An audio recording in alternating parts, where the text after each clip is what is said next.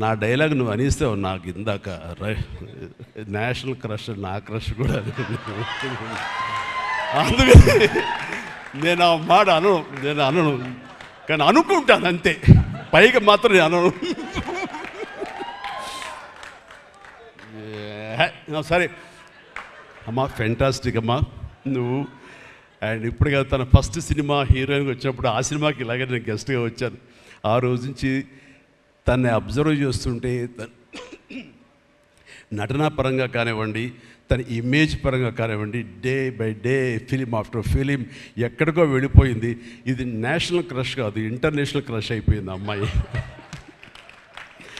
And God bless you అమ్మా, నువ్వు ఎంత బాగా పెర్ఫామ్ చేస్తావంటే నేను చూస్తుంటే నీ కళ్ళు తప్ప ఇంకేమైనా అట్రాక్ట్ చేసుకోవు, కళ్ళు ఒకలా చూస్తుంటావు నేను.